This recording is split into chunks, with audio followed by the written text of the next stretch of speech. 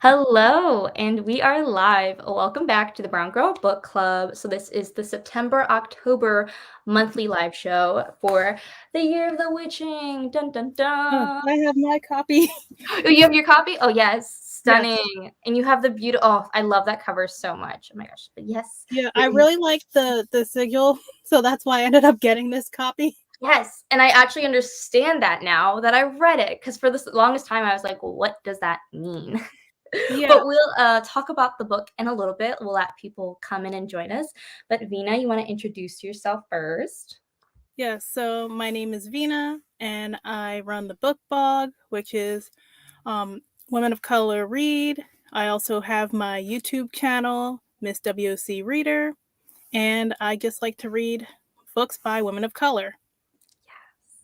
Yes, and the most amazing blog ever, honestly. I mean, I love your YouTube channel though too, but I Yeah. always go to your book blog for like just good reviews. It's linked below too if you guys want to check that out. But yeah, saying hi to a few people. How Hello, about you? Erin. Oh, sorry, I think I talked over you. Were you saying something? No. Oh, okay, my bad. It's so hard to hear when other people start talking over. This isn't Zoom. I was about to say Zoom, StreamYard. It's like, oh, was that an echo? Did I just crush someone's sentence? Okay. Well, thanks for everyone joining. Again, Venus stuff's linked down below. Definitely check her out later. And we're going to be talking about Year of the Witching. We won't do spoilers for the first half of the show. We're probably going to chat for like an hour or so, depending on how the discussion goes.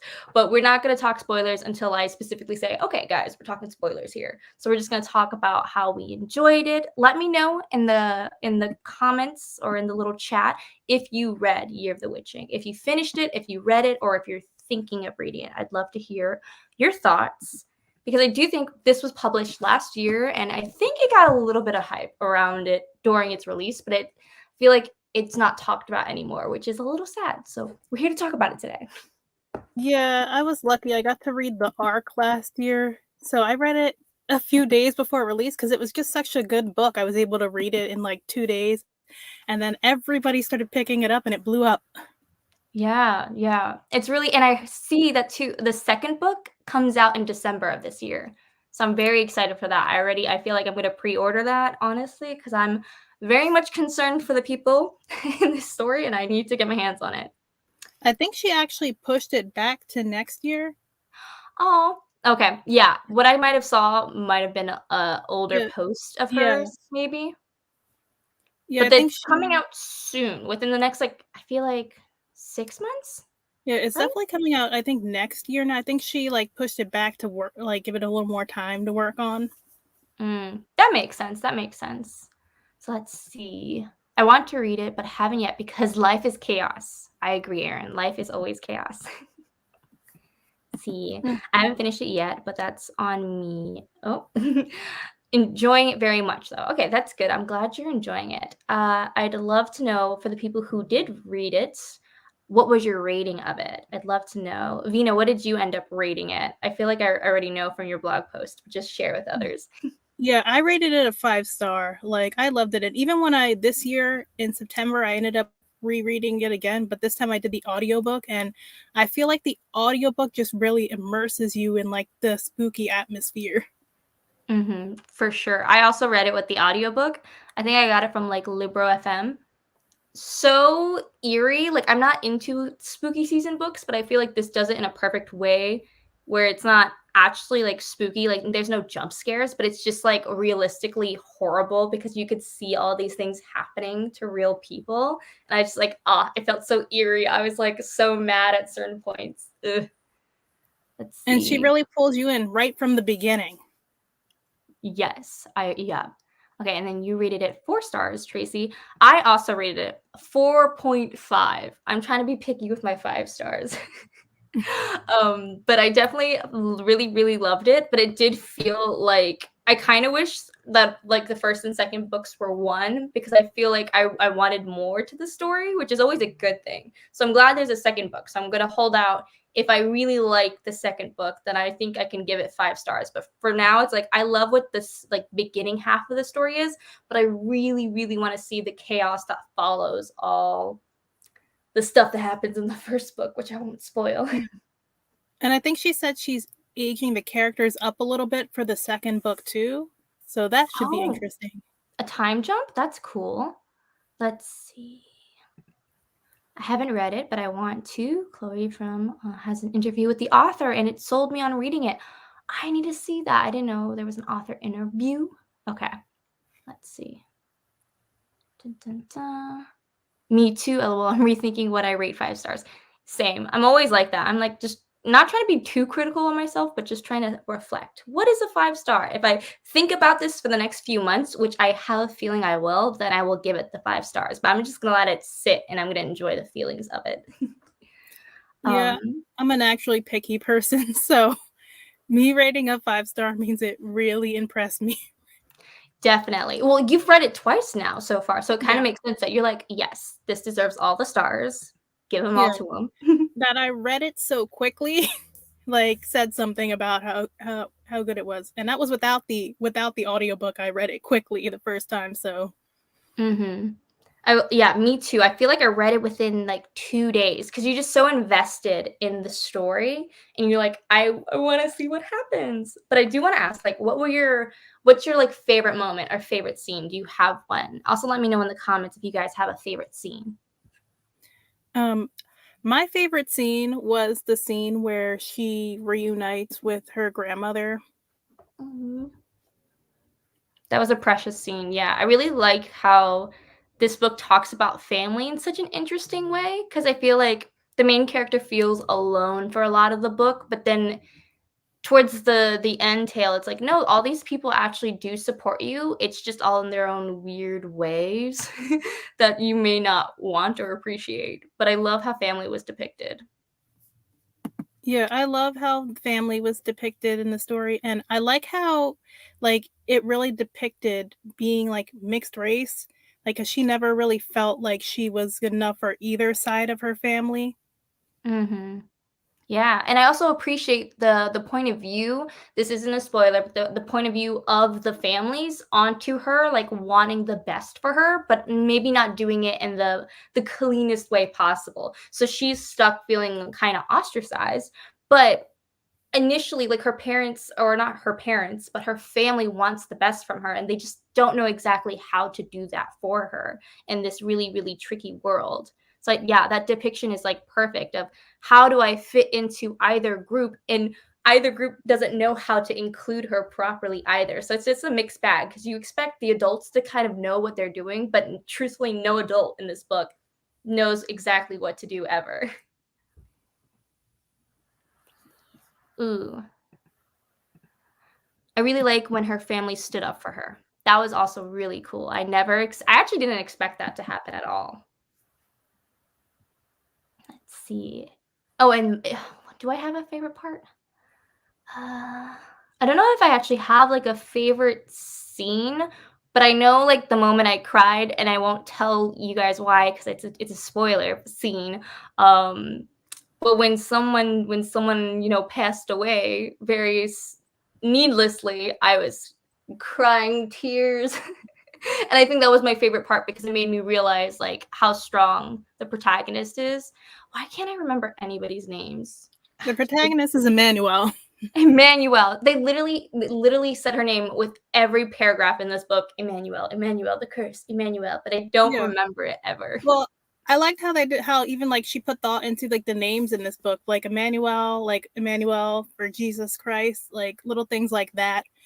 There were, like, if you're, like, grew up in a Christian household, you kind of like recognize a lot of the symbolism in this book.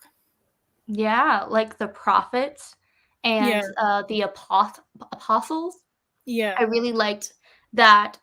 I kind of don't know if she used it as symbolism too, or just a part of like the whole metaphor that she was creating about life. But it was very interesting. I didn't grow up with religious factors in my life really. I think I went to church a couple times.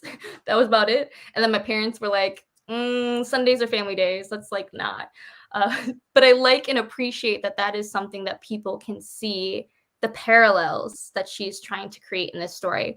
Do you have anything else you want to say about that? Because I know I have no knowledge on yeah. religious So backgrounds. I had 13 years of Catholic school, so in church every Sunday, so I recognize so much stuff. Like even like the ram, like was named Judas, and then Judas was one of Jesus' apostles who betrayed him, and you see the ram run off, and that's what causes her to go in the dark woods in the first place, which kind of sets off the chain of events.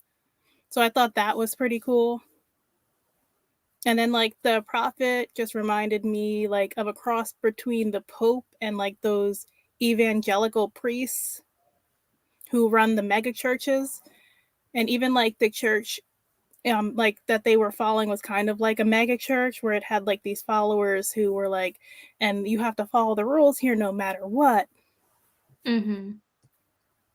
And even like Definitely. little things that they mentioned, like they mentioned a holy war, which kind of like sounded reminiscent to the Crusades.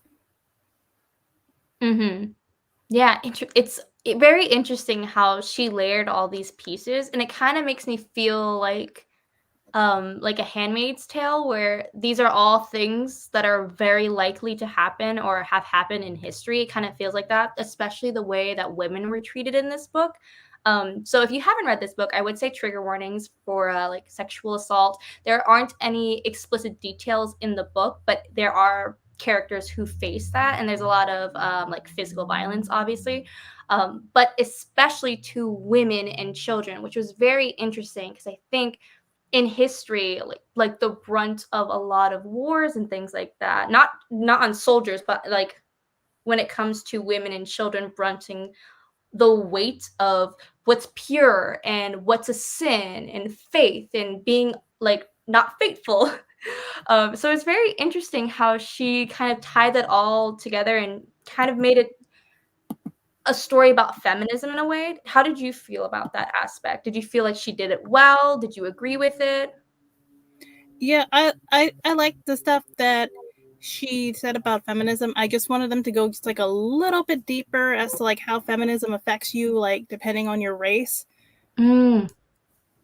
Because I feel like that played a big factor too. Like we know as black women don't get treated the same, like when it comes to feminism, the same way as white women. And even like Manuel, she was getting ostracized because of her race. They didn't see her as desirable as like the other girls in the village and stuff like that. Mhm. I agree, and it's also I found it a little odd that when it came to race and how characters looked, it was very rarely explained. Like there was few characters where like, oh, they're pale or this and that. So I feel like race, though I feel like is a huge influence in the book, was never mentioned a lot. And sometimes I kind of appreciate that. Like we don't need it to be a book about racism. It can just have racism in it. But at the same time, I kind of agree with you where it's like it could have been mentioned a little bit more about the impact and the outskirts and how they were pushed aside. Yeah, because like obviously the people from the outskirts were darker skinned, and that played a huge role in how they were being treated. Mhm. But like they didn't like fully dive into that. Yeah, they made it just sound like they were from an outside area and they were seeking refuge, and then we kind of just boxed them up in the corner and they just so happened to be black. And it's like, okay, but I wonder how they would have felt about a group if it was white people who came in. Would they have felt safer? Like I feel like that part wasn't explained. It was just an assumption that was made. Or like she mentioned it once where they came and that they were darker skinned and that because of that they were in the outskirts. It was all interesting, but I do wish she kind of mentioned that the lack of purity or feeling like she wasn't beautiful. I wonder how that impacted a lot of her decisions in the beginning of the book to be complacent, because it's like if she didn't feel like she had a place in this world truly because she's biracial, because of her mother and all the history of her. So that would have been really interesting to explore. Yeah, because I don't know about you, but like in my mind, I picture her looking like kind of like Zendaya. Yeah, well, I was like picturing her like yeah, like I feel like that could be Zendaya, maybe a little like darker. Like I feel like she like would just be like a shade or two like in between us. It would be my imagining of her. Yeah.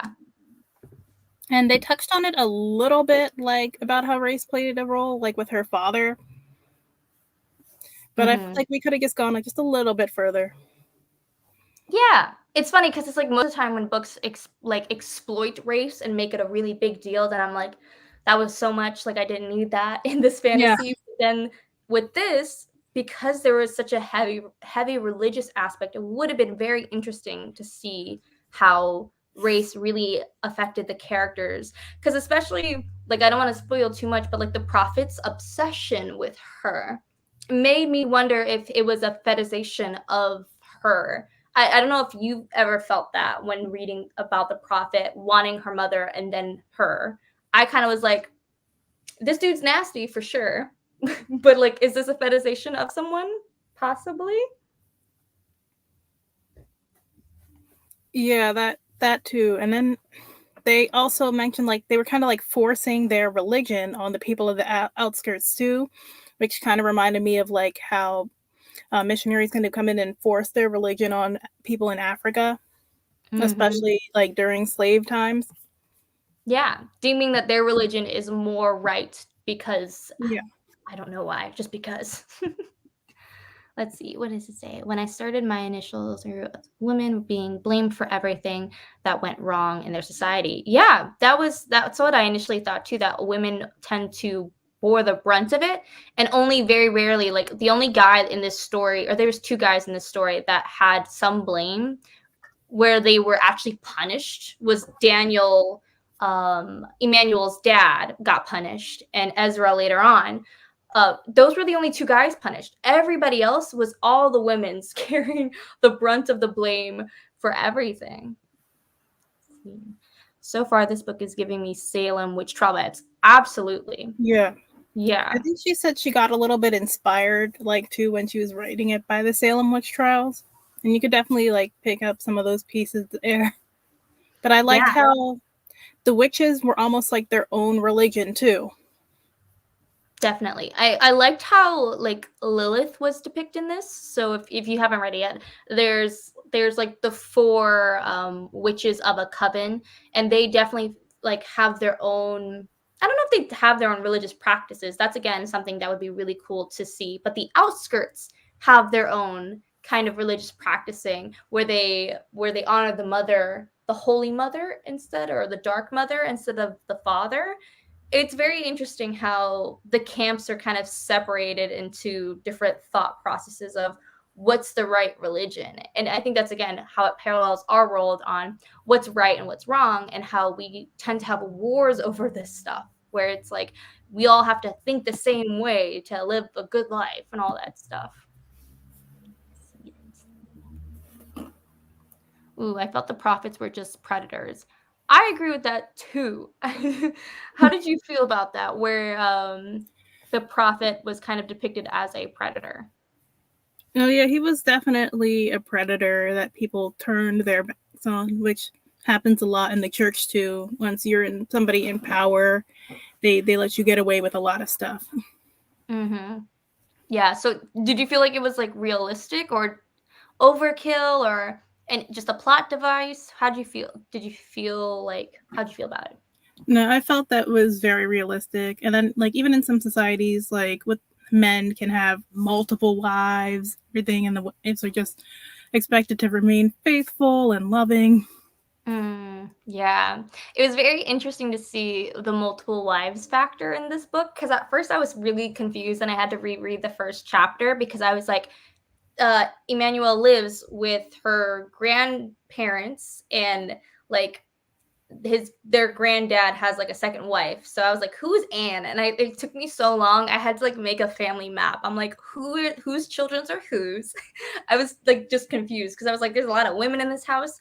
Is that Yeah, what's well, that happening? too was also from the Bible. Like, again, like I said, I know she grew up in a very Alexis Henderson grew up in a very religious household. So like that was like another parallel too, because in the Bible, Abraham has a wife who has a hard time having a child, and he has to take on a second wife to bear his child, and then eventually like his wife gets pregnant after years of struggling. So this is the same way Emmanuel's grandfather Abraham had a second wife who he had a child with, and they mentioned before his wife gave birth that she was struggling for years. Yeah, Martha was struggling for years, and then she had Miriam, who was Yeah. It's very interesting dynamic. There are so many good parts about this story. Were there any aspects that you felt could have used work, or something that you would have wanted to see in the book? I definitely want the next book to dive a little bit more into the magic system. Because I feel Yeah, like we touched the surface of it, but I want to see like more magic and see definitely. Emmanuel use her powers a little bit more. Because she did talk with her grandma about like, and her grandma was telling her you have to not be afraid to tap into your powers, and the powers came from her dad's side, but we didn't get to see like a whole lot of that till the end. Mhm. I agree. Yeah, most of the books, she didn't even use her powers or anything like that, so it'd be really cool to see her establish herself as a witch and getting to actually understand what that means. Because Vera, um, her dad's mother, she's a witch, I assume, right? I think they mentioned that she Yeah, practices at least, yeah. but it Vera just is a witch, and yeah. witch. It sounds like it passes through their bloodline on that side of the family.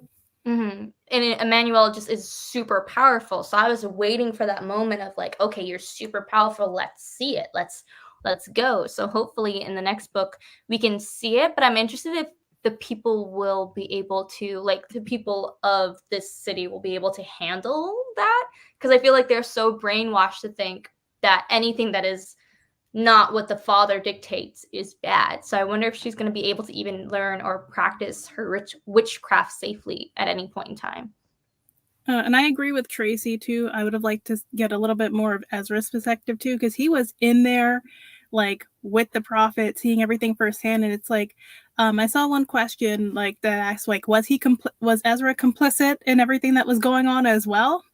Mm. Because he knew a lot of like the crazy stuff that was happening, but he wasn't exactly doing anything about it either. Yeah, and it was crazy because in the beginning of the book, he was very nonchalant, like, he didn't speak a lot. He assumed, like, that most of like, he was, like, surprised that Emmanuel could read. He just kinda assumes, like, everyone here is brainwashed to think the same thing. So he just kinda sounded like he was just going with the flow because it benefited him, because he knew he would be the prophet. Like, he's like, I can't do what I wanna do personally, so I'm just gonna follow what everyone tells me to do." So I definitely, I don't know, I lean toward complicit.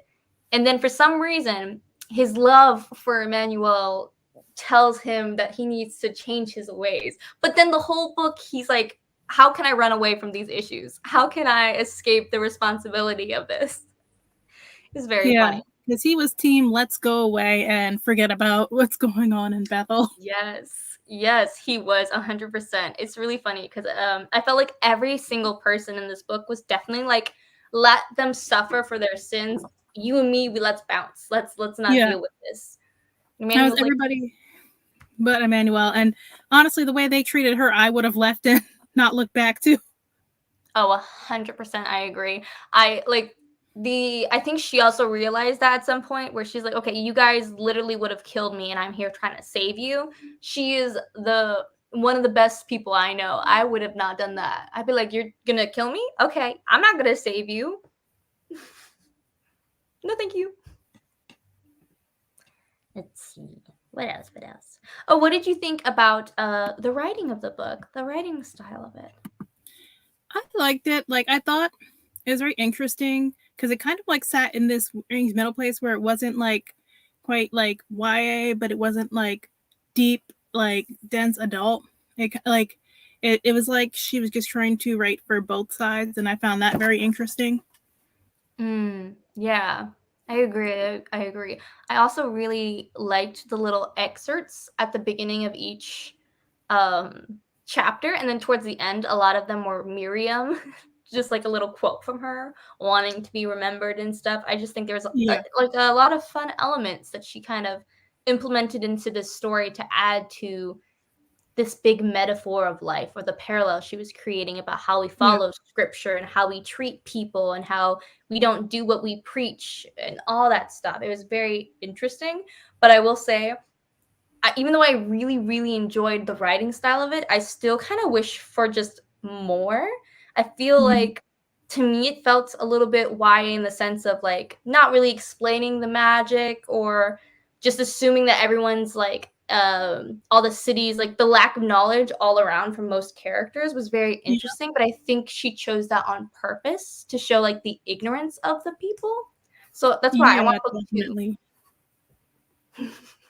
I think she'll probably go like a little deeper into it in book 2, but like I said, I liked she definitely put a lot of thought into like tying like religion back into this story. Because like as I'm reading, I was noticing little things here and there sprinkled throughout. The details, like those details, those parallels were so impactful. I do think, like when it comes to the world, like I think the hierarchy of the church was very prevalent. I liked that stuff. I was just wondering about like the world and how things worked. Like it makes me wonder why a lot of the people on the outskirts, like they were just everyone kind of accepted their place in the world, and I'm just like, why? What Yeah. it like? Clearly, they're torturing women left and right, so I can kind of understand. But I think I wish I saw a little bit more. There was one reference to a girl being tortured in the city square, and that's like scary. But I don't know. I felt like the world itself. I kind of wished for a little bit more details about the world, because I don't know. Maybe I'm a needy bitch and I just want more details. No, and then like they said there were places outside of Bethel and outside of the outskirts. I would have liked to see a little bit more that hopefully they're going to be exploring those worlds outside of where they are, because I'm sure not everywhere is a cult like place outside of the wall. Yeah, and I love that Vera mentioned that there's a whole world out here. You shouldn't just be so focused on one city. They like the world is vast. And I kind of like that message. I feel like it's very important to tell people that like there may be a lot of very current issues happening in this specific bubble, but there is a whole world beyond us that needs us or like that could use your help, or you don't have to stay in the circumstance that you're in. So it's very interesting. Yeah, and then she kind of spoke about like Emmanuel just like immediately brushes her off, and she's like, "Oh, do you mean those heathen cities? Like the people outside are like just like sinners who are not worthy." It's like, girl, have you not been paying attention to how they talk and treat you? Like, why would you assume that's the Yeah. same for others? Like, no, they're not heathens. Silly Well, I guess goose. she just grew up so indoctrined and like this is how it is, this is how it is. Like it's not something she's really thinking about. True, true. But like, when does the questioning start? I feel like that happened very late in the book where she's like, oh, I don't trust his word, or like all that stuff. It happened very late, which is interesting because as a person who starts to realize that the plagues need to end and no one is willing to make the sacrifice, it makes me wonder why she didn't question sooner. Let's see. Oh, and I think the next book explores outside of their city. I hope so. That'd be fun. Oh, hello, Onyx Pages. What would love this book so much? I'm glad you loved it. What did you end up rating it? Because I know I rated it like a 4.5, and Vina rated it a 5-star, and someone else rated it a 4-star. I'd love to know what you rated it. But it's so you definitely are continuing with the series, right? Yeah, I'm definitely continuing with this series.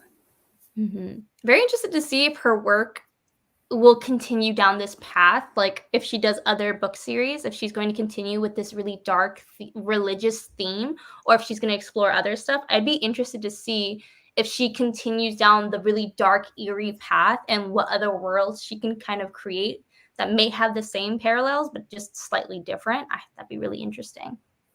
I wonder if she's going to do if it's going to be a duology or it's going to be like a trilogy. I was thinking that too. I'm curious. I kind of hope it's a trilogy, but like if it ends up being a duology, I won't be too butthurt. Yeah, because when I read this, like I said, I read the arc right before it came out. So when I first read it, I didn't even know it was going to be like it's going to have a second book. Yeah, I mean, And it like, could have been a standalone. yeah, the way it ended, it could have definitely just stood alone by itself. So it's like interesting to see what's the second book going to be about. The synopsis that I read online was that it's like about the aftermath of the first book and how Emmanuel is dealing with trying to prevent another war, is what I read. So I think that would be super cool. Yeah, let's see. I also think that what Ezra could have added, because he read so much and had more knowledge of their history, he really could have added a lot of historical knowledge to a lot of stuff about the previous prophets and maybe what they hid too. Because like what is the truth that they share with the people versus the truth that they hide, being the prophets? Yeah, he'd be like the most knowledgeable. Let's see. Okay, agreed. The questioning happened late given her resilience all along. Hey, welcome. Hello. Let's see. About 6 out of 7 and 4 out of 5 stars now that I think about it. Cool. Okay, that's what I did too. I did that too. After the second book, I'm going to be like, will this deserve the 5 star? Okay, she said the sequel writing is really, really hard. Oh, and that's what you said earlier about extending the deadline, right? Where she maybe pushed Yeah. it back. Yeah, watched her interview. Okay, so she mentioned that on the interview too. I need to watch this interview. I didn't know about it. Ezra was shady. Yeah, I agree with Injury. He was definitely complicit in a lot that was going on. Yeah, I think his love for Emmanuel is what really like changed his character. Because at first, yeah, he was definitely very complicit and being like, I'm okay with my life, so I'm not going to change anything because I'm not suffering, which is very common.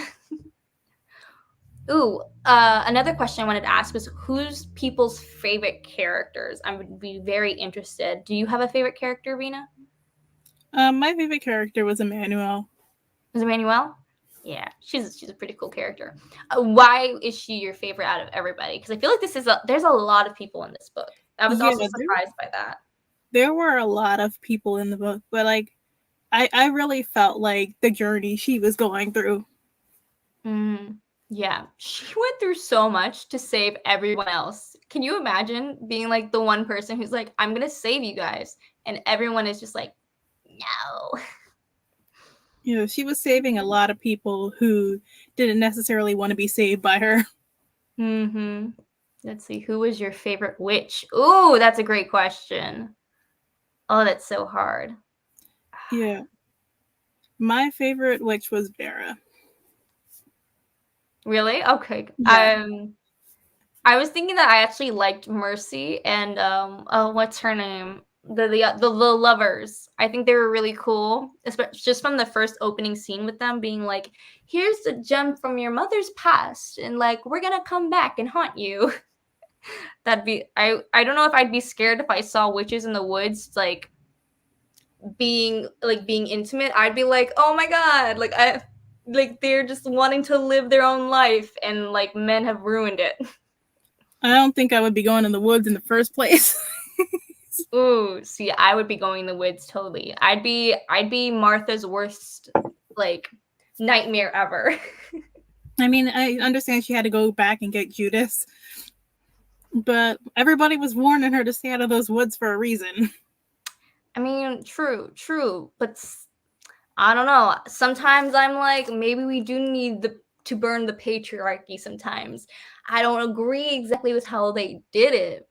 But if I was compelled at night to be like, yo, come join us, I'm not good like Emmanuel. I don't think I have the strength, especially after being threatened with my life multiple times. I mean, but the way she went under in that lake, I don't think I would have gone back to the woods after that. True. After that second time, yeah. And when Ezra had like that whole spell where he was like, I'm just gonna die here. It's like, okay, I don't trust these people. But again, they're attacking the guy and not the girl. I don't know. Maybe I'm just twisted. Ooh, they did her dirt. Oh, they did Vera dirty. Oh, I felt so bad. Yeah, I wonder what happened to Vera's partner, Sage. I'd be interested to see if Sage comes in the second book, because we love a good lesbian couple. They did do her dirty. Okay, let's see. Was there anything about this book that surprised you? Ooh.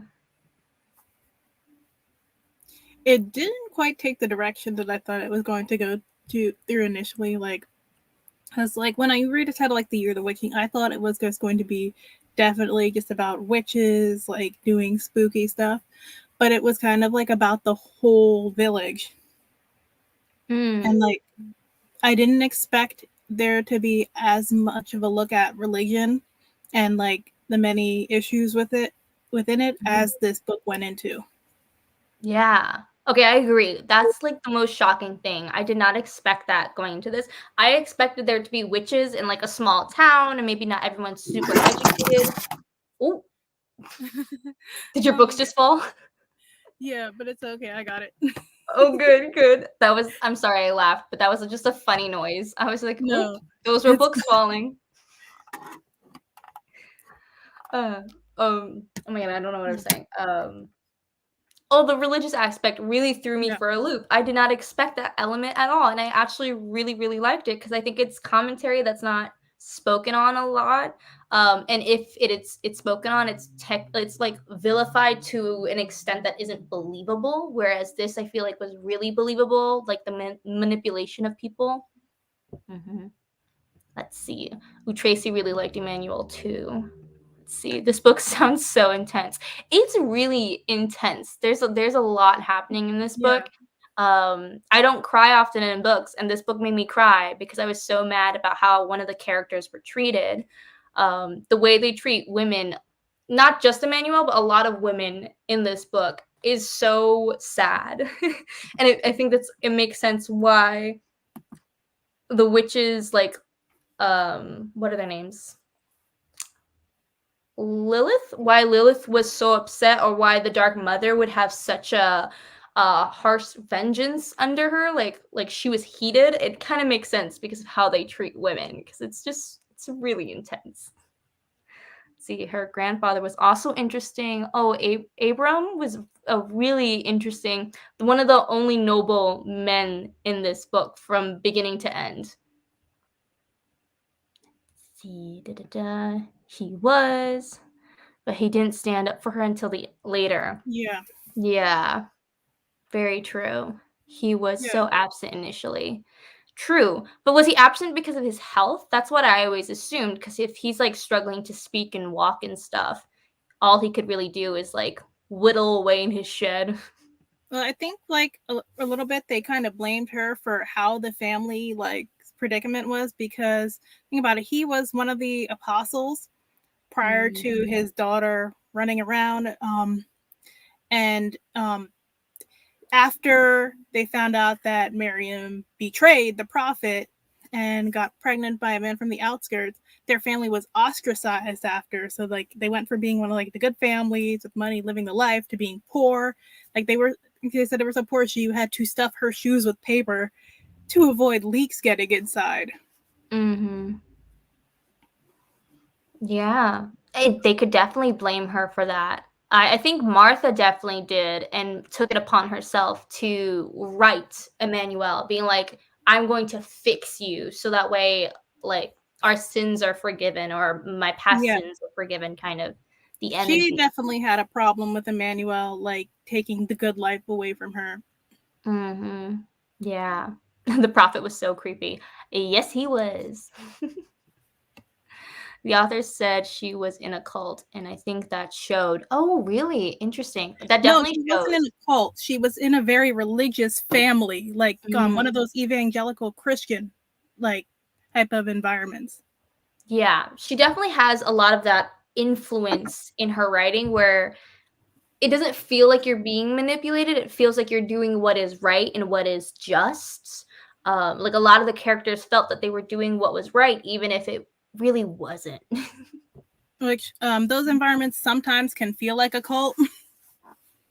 Yeah, especially if It's you like aren't you're, allowed to question. I think that's the main issue, is, like, if you're not allowed to question and grow, if you're limiting education and you're limiting the truth or access to the truth, then it can become very much like a cult, where it's like you're just following blindly and you don't really understand the end goal. yeah. Because I want to say she grew up Southern Baptist, and if you've been around like some of those like really strict Southern Baptists, you're not allowed to wear certain things. Like they want you to wear skirts like your ankles. You're not allowed to look at certain people. She was homeschooled too, so there was that whole stigma there. Like you can only talk to certain people. Like they're very very strict and controlling in those environments, and the women have no rights. Like not even in the church. They like their thing is like the women aren't allowed to participate in like like things that are going on in the church, like the ceremonies and stuff, because they don't believe only men were blessed by God to perform service. Mm. It's so interesting. Yeah, and you can definitely see that influence in the book 100% about how the value of women and what their place is.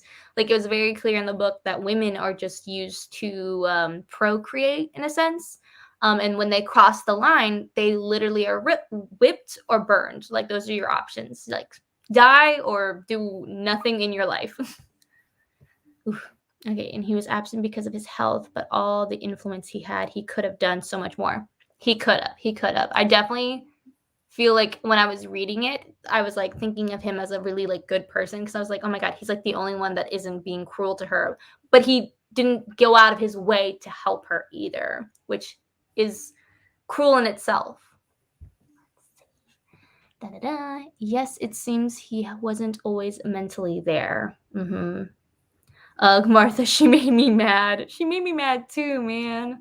Uh, oh yeah, thank you for the correction. Yes, so not a cult, just a part of a very religious family, evangelical family. It sounds like. Let's see. Yes, I follow a couple of evangelicals who talk about it like it was a cult. Yeah. Yeah, some are extreme. Like, luckily, we were never into like the evangelical Christian environment, even though my mom made us visit everything that called itself a church. So we went, I definitely visited a lot of churches, but some are way more stricter than others. Mm-hmm. But it's also good that you visited multiple because I feel like if you're that person who grows up with just one church, like thinking of this book and how you're in a small town, you go to the same church every Sunday and you see the same people and no one's giving new opinions. You're just literally listening to one person funnel opinions to you. It can be really dangerous if they only think of themselves. And we know from reading the book that the prophet only cared about his power and continuing his bloodline in a really creepy way in his own stuff. So it can be really dangerous if you follow someone blindly and they only care for their own power and their own desires. Yeah, and then like the stuff that the people try to justify, like everybody was just okay with Leah marrying this old man. So literally, okay. Since we're like 42 minutes in, we can talk spoilers, I feel like. So if there's anyone in the chat who is here and you don't want to be spoiled, I recommend you dip out now because that like spoilers ahead. That's the point I was talking about where I cried, but that I think it was the turning point for me for really caring about these people because at the first part of the book, I thought Emmanuel was cool, but I didn't understand her stake and a lot of things like the need to help all these people when she's ostracized most of her life. But when Leah, what happened to Leah, having given birth to his child premature because of that, probably a lot of health reasons. Like he's so old, he probably should not be. Like there was so many issues with that. But after she died, I was like, okay, I can understand now why she feels the urge to save women now because it's like this has been happening for God knows how long. And it just really made me feel like, okay, there's so much urgency that there's women dying left and right from these guys taking control over them. Yeah, like, and then like what was happening to her before she even married them, like nobody knew. Yeah. I feel like her parents, like imagine being in the city and being Leah, going to your parents being like this happened. Her parents would probably be like, well, it's the prophet. Like you have to let the prophet do what he's doing. He's doing everything because of the father. Like I feel like she had no one to turn to. The only person she could turn to was probably Emmanuel, and she wouldn't be able to do anything. Yeah, her parents just kind of offered her up to the prophet because they're like, well, Because it's an honor. They're like, well, it's the father's way. Yeah. Brainwashed. And then what did you think of the wedding ceremony? I think it's so ironic that the wedding ceremony is like so it's basically branding women. What I just think that's so ironic to be in a marriage in a union and only the woman is branded and scarred and not the guy. And also that the guy is allowed to have multiple wives, but the wife isn't allowed to have multiple husbands. So I Yeah, just and found the altar, they put her on the altar to like cut them like a sacrifice. yes. Truly, and I think one of the quotes in the book is that women are sacrifices. They are looked at as things to be controlled, property to own, and trade with. Like that, these are like just things you have. It was very disturbing, but honestly, like I can see a lot of people who would treat women like that, that see that as a means to an end, being like, yeah, I'm gonna scar you and I'm gonna take the power and we're gonna keep my bloodline going. Yeah, the wedding situation is very sticky, and I hated it so much. I was just like, "Just turn around and scar yourself too, please." Like, at least, like, why are just women the ones being branded? Like, that makes no sense. Mhm. Did you have any other questions? I know you said to me that you had some questions. I think we've covered like most of like what was going on in the book that I had questions about, like Mhm. Ezra with his complicit sins and thing, and Martha. They mentioned that she kind of practiced like not because she cared about the father or anything, but just because like she was so fearful of what would happen. Mm. Yeah, it's funny because there are the people who think that following the system to the extreme will save them. Like if she turns in her own grandchild, like that everyone will be saved by doing the right thing. But yeah, that's you're being complacent with a system that's killing women. Like I don't know how you thought the system that killed your daughter and her I don't wanna they were just kind of dating on the side, right? Like, I don't wanna say side hoe, Yeah. I don't what's a good name for that? Like lover. Lover. Like, a system that killed your daughter and her lover, it's, like, not a good system, so it's interesting that she would double down and get deeper into the religion to try and save Emmanuel. And how old was the prophet that her mother was like engaged to be married to him when she was her age? Mhm. He had to have been ancient, honestly, because I think did he have, like, 6 wives? I was imagining that he had, like, 6 or 8 wives. He had a lot of wives. I Yeah. think he had at least 8. Okay. Because I was thinking 8, but I don't know if I just made it up because I never got, like, No. Esther's age, the first wife, but I assume Esther was in her, like, 60s, so I imagine that he was in his 60s plus, and literally Leo was 18 or 17. I think she was 17. Yeah. That's crazy, and he had been meeting her since she was 13. Yeah, and they were just offering up her and her child. Yeah, and they're like and they stopped paying attention to Leo. They were like, "Okay, we just need to get the child because that's what he wants." Like, not like this woman isn't dying anyway, but we don't care about her, just get the child because that's what we need to do for the prophet. Eh, yeah, yeah, it was that was so sad. After thinking about the branding of wives, it felt as if it was a brand of submission. I had this thought after she found the symbols in the old cabin. Yeah, I would agree. Submission or property, like knowing that this is because it's like the symbol of the first prophet that they used that had like 8 stars or 8 points. So I definitely felt that it was a labeling of you are now a wife. You are putting the prophet or your husband first now that your life either doesn't value as much anymore or that you're now just your life isn't first, like the guy's life is first. Yeah, but they definitely turned like a blind eye to just everything the prophet was doing, like with marrying children. He was beating Ezra's mom, Mhm. and it was like an Yeah. open secret. 100% an open secret, and it's also kind of sad because a lot of the women in this story were also complicit. Um, it was very interesting that I think Judith is her name, where her form of rebellion was to get with Ezra, like to have moments of pleasure with someone else. That was kind of her like stance against the prophet. But a lot of the women were really complicit because it makes me think if everyone at the end was able to stand up against him, could they not have done that earlier on when he was abusing women?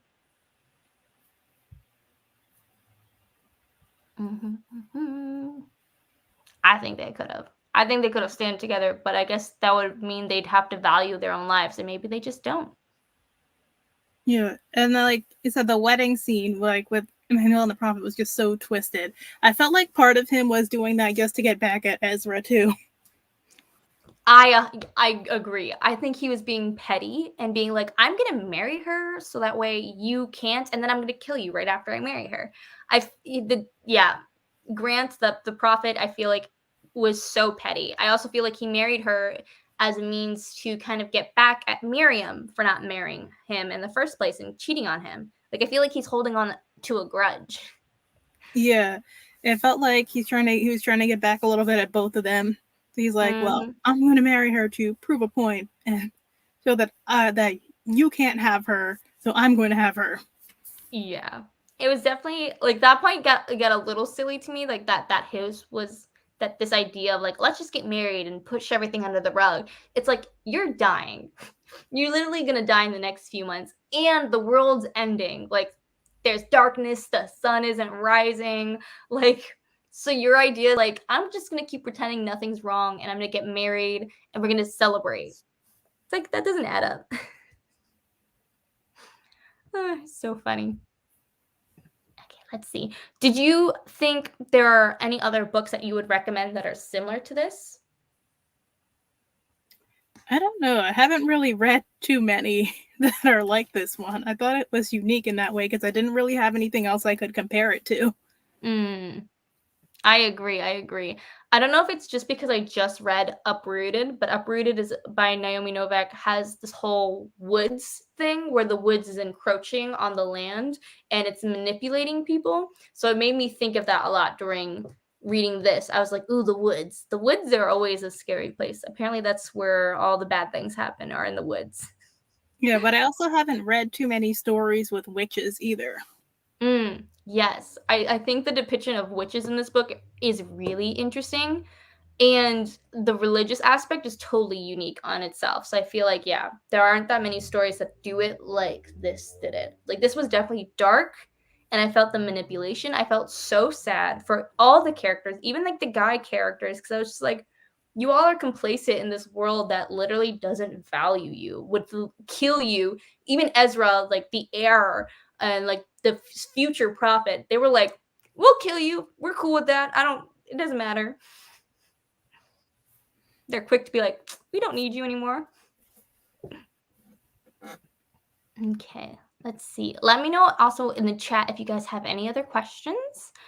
Because we are approaching the hour mark, chatting for a long time. This is honestly a really good Yeah. book. If you're still watching this and you haven't read it yet, I highly, highly recommend it. Yeah. Just know that there is a lot of trigger warnings. It's very intense, and do the research before going into it because it does mention sexual assault and a lot of physical abuse. Yeah. There wasn't as much like scary like jump out moments, but it was like there was a lot of blood. There was like the whole creepy atmosphere of the woods. There was everything weird that the prophet was doing. Mm-hmm. Yeah, I feel like it was spooky in the way that real life is spooky, if that makes sense. Yeah. It was very like realistic like spookiness versus like horror movie. Mm-hmm. Oh, I also really loved. I heard someone talking about this when it comes to horror movies that are actually scary are the ones that show the true cruelty of men, like humanity. Whereas Mhm. instead of like saying that the ghost is scary or the supernatural creature is really scary, and I like that Emmanuel said that even at the end when Lilith was coming in and wreaking havoc, she's like, men caused this, humanity caused this, that we're the beginning point of all this cruelty and harm that has come. And I think that's the scariest part of this, is like we could easily fall into this pattern. And that's Emmanuel's fear, is that we as humans will just continue to fall into this pattern and do it over and over and over again. And that makes me think a lot about current history and being like, yeah, I feel that. Yeah, well, clearly they didn't learn, like, from some of the, like, so they did mention, like, they had a holy war before, and clearly they learned nothing from that. Not a thing. And that purging, that burning women and burning witches and stuff, it's like, okay, if this didn't solve it the first time, why would you just keep doing it and hope for the best? Yeah, they're definitely silly creatures. See. Dun, dun, dun, dun. So in the chat, let me know if you guys have any other questions before we log off. But I'm trying to think if we covered everything that I had wanted to ask you. Let's see. Do you have any guesses for the second novel? Or if you don't have any guesses, what's something you want to see? I think we kind of talked about that already, but Yeah, like I said, I definitely want to see them get a little bit more into the magic, especially the magic within Emmanuel's bloodline. Now that she knows her father's family and she's Mhm. developed like somewhat of a bond with them, I like to see her look more into that history Mm, because that'd be interesting. she even admitted it. She knew she was related to people in the outskirts, but she didn't care. She never felt like they were the same as her or she was anything like them, so she just didn't pay them any mind. Yeah. She also didn't think they would want her. She's like, "They don't know me. They didn't come visit me." I think that's what she said with Vera when she went to go see her. She's like, "I was scared. Like, I don't this is weird."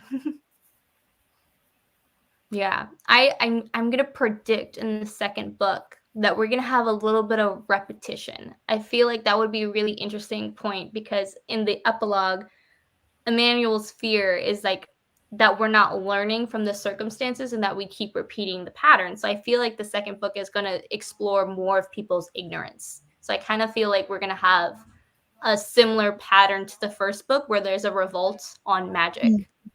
But Mhm. then, and just like the dynamics of the town, how they'll be like now that the prophet is gone. Yes, like who's going to fill a spot? And how are they going to behave? Like I think Ezra is already kind of taking up that spot, but I would be interested Yeah. to see if there's more issues to arise. Yeah. Are they going to practice religion the same way like they were before? Hmm. Are we still branding women? Okay, let's see. That's like the ultimate question of humanity, isn't it? A little bit. Why would we keep doing it when it obviously doesn't work? It's the ultimate question. I don't think we'll ever have a nice, clean answer for that. We just keep doing it for some reason. Okay. If there aren't any more questions, Vina, do you have anything else you wanted to say? No, I think we basically covered all my thoughts about this book. Yeah. There's so much happening in this book, guys. I highly, highly, highly Yeah. recommend you check it out if you haven't already. I have Vena's channel linked below, her book channel, her blog, also the book if you want to get your hands on it. Other than that, I think that's it for the live show then. This was such a lovely chat. Thank you so much for joining me and everyone who came and watched. Thank you guys so much for your participation. Yeah. Thanks for hosting the book discussion. Yes. And then make sure to follow our Twitter account, the Brown Girl Book Club Twitter account. We're going to be voting on the next book. It's going to be a holiday read for December and November. Very excited. Holiday read should be fun. Yes, not as distressing as this book. Yeah, I feel like we've read some heavier books this year. Yeah, that was by accident, man. I'm like, apparently I only read like romance and then like very distressing books. That's like the only in between. Okay. Well, then I will see you guys later. Thank you guys so much for watching. I hope you guys enjoy the rest of your day wherever you are. Bye.